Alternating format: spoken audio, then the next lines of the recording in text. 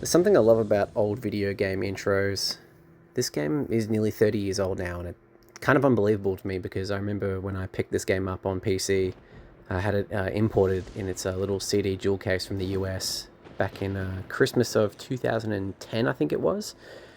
And I just was just in awe, just how fun it was and how simple it was. I think I played the demo because there was this old website that is long since gone to history. And it had the old Need for Speed demos up until about Need for Speed Porsche Unleashed. And well, on that note, I got a little bit worried. I skipped the intro because I thought that copyright music would screw me over.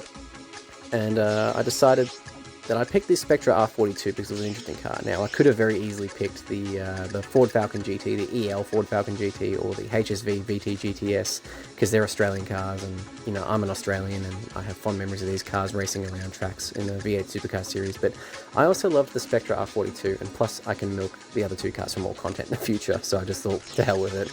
We'll do a small race, something a bit simplistic, and go around hometown. I had thought about doing 4 laps, but I thought doing something a bit simple, just to reacquaintance myself with the game, because playing with the arrow keys and with how my hand has been, people who've watched my videos going way back will probably understand that my hands aren't necessarily fully functional. I've got a missing finger, so playing a racing game with arrow keys, we need to constantly dawdle with the arrow keys, is a bit of a problem. And I've quickly realized that I had the car at full revs, and the mouse is really small for some reason. Not quite sure what happened there, but you see the joystick and all that. I think it was still mapped to like the D-pad on my Logitech racing wheel, which I thought was a bit weird. And at the time I didn't know. It was like switching between analog and digital. I'm like, what's going on here? And I didn't realize I had my wheel plugged in because I've been doing a lot of sim racing lately. And in fact, I up until I stopped doing videos, I was actually in a racing league for Formula 1 2020.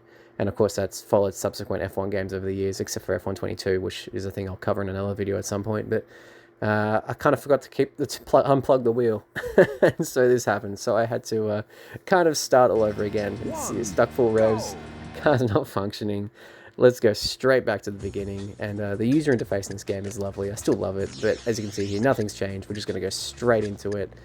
And you're actually going to see some uninterrupted gameplay video from me. So this is a nice 2.5 minutes of filler for you guys. I hope people don't mind this. I hope people don't mind the vibes that this game brought along, because the vibes of this game are impeccable if I am going to keep it somewhat simple and somewhat, I don't know, YouTube Shorts friendly. But as you can see here, I just love the detail in this game, and I love the interior detail, and it just brings me back, even though it's really terrible these days.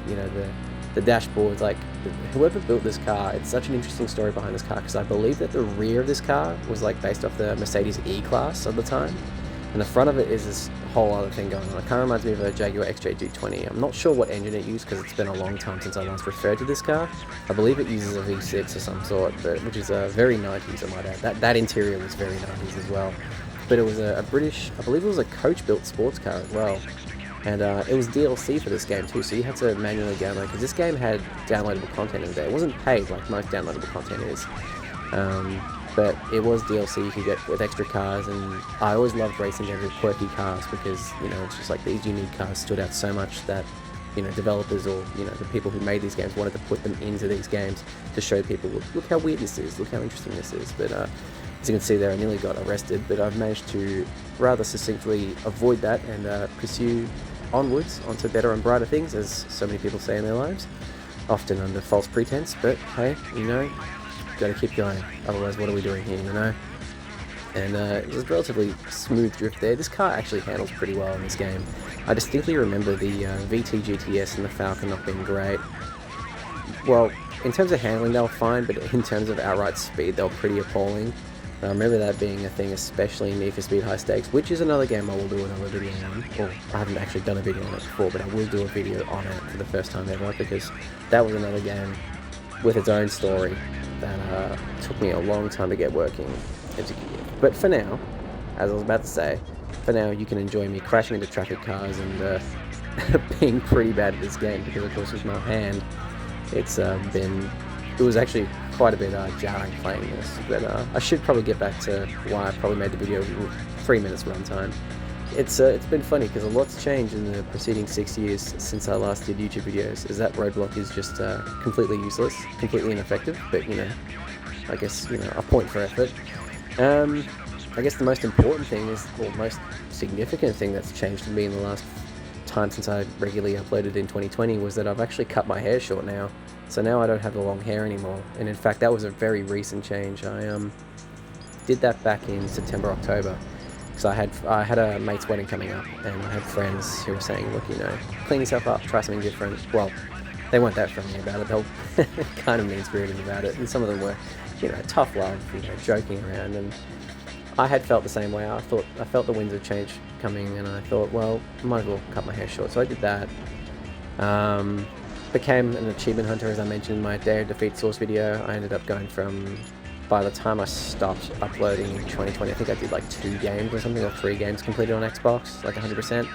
I've now done 113, and my most recent one was Crisis 3 Remastered that I did about 2 weeks back. And you can see the achievement here is dodging all those police cars, although the last one got me. Didn't quite get me there, so I'm lucky there. But yeah, just holding on. I thought this was a bit easier, but it's actually just me being bad at this game. This is not that difficult of a game. I'm just shit at it, as I just said. Yeah, so I've completed a lot of games.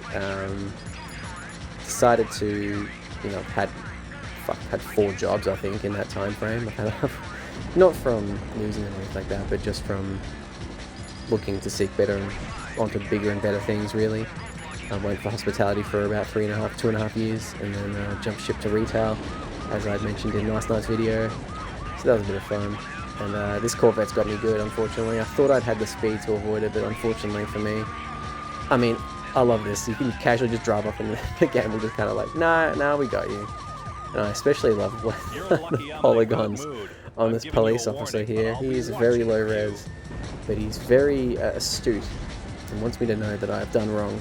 I only got away with a ticket though, which pretty lucky, if I'm going to be honest, in real life. If I was turning around my hometown going at about 150, 100, 200, if my car could even do 200 is a whole other question, but if I did that in real life, I'd probably be thrown into jail, if I'm going to be honest. But good to know that in the universe of Need for Speed 3 Hot Pursuit, the laws are a little bit more forgiving for those who just want to pursue speed, not the drug, the race, if that had to be clarified.